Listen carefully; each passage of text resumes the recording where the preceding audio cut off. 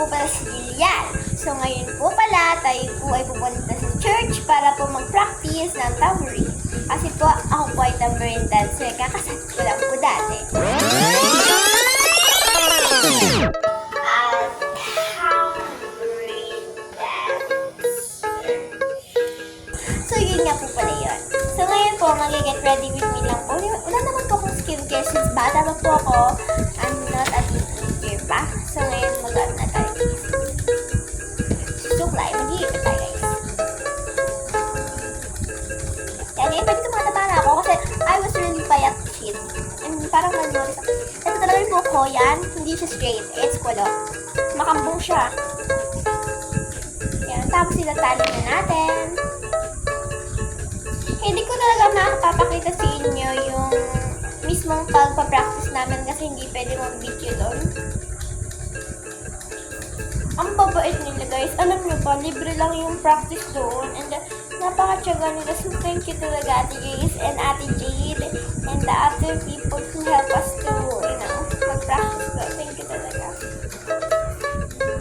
Sino ba naman yung libre? That's so cool. Yan guys, natututo na ako magsalita ng British accent. British accent. So you don't say water. You say water.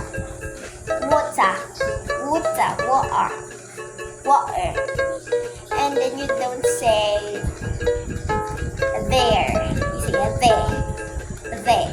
You don't pronounce that there, yung R. Hindi mo pa-pronounce yung there. Ganito. They. Tapos the.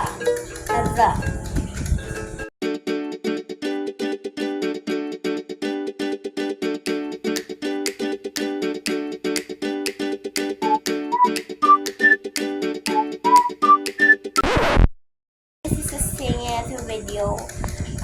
Kaya po tayo nagtatambourine, hindi lang po for the views. Gusto ko sumayaw sa gitna kasi makikita ko ng parents ko, they're gonna be so proud of me.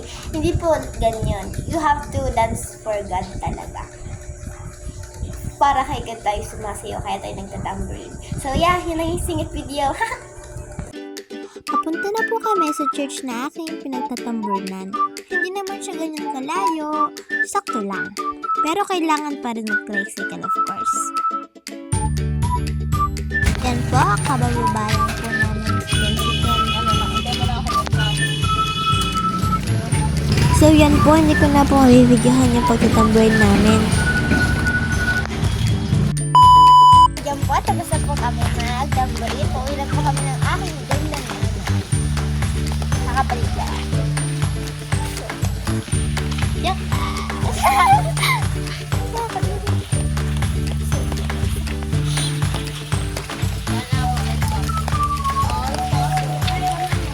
Maulan dito guys sa tamin. Saan ba ka ika?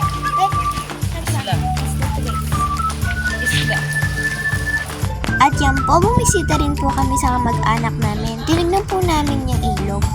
Pero sabi ni mama dati, malinis pa daw yan, pero ngayon hindi na.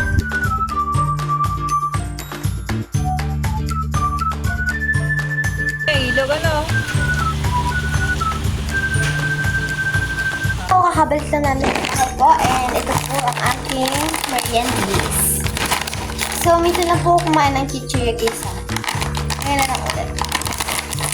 Hindi ako pinapayagan naman ng chichirya ng lagi. So, ngayon na ulit. Kasi bad for health po masyadong madami sa akin.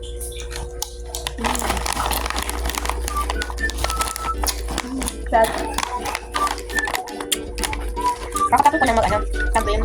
And guys, papakita ko sa inyo yung mga iba kong natutunan niyo. Yan po, nare-recall ko lang po yung mga ginawa ko kanina.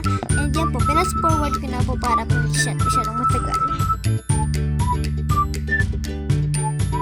Tapos yung uwian po namin, pumunta po kami dyan ng 3. Tapos po, uwian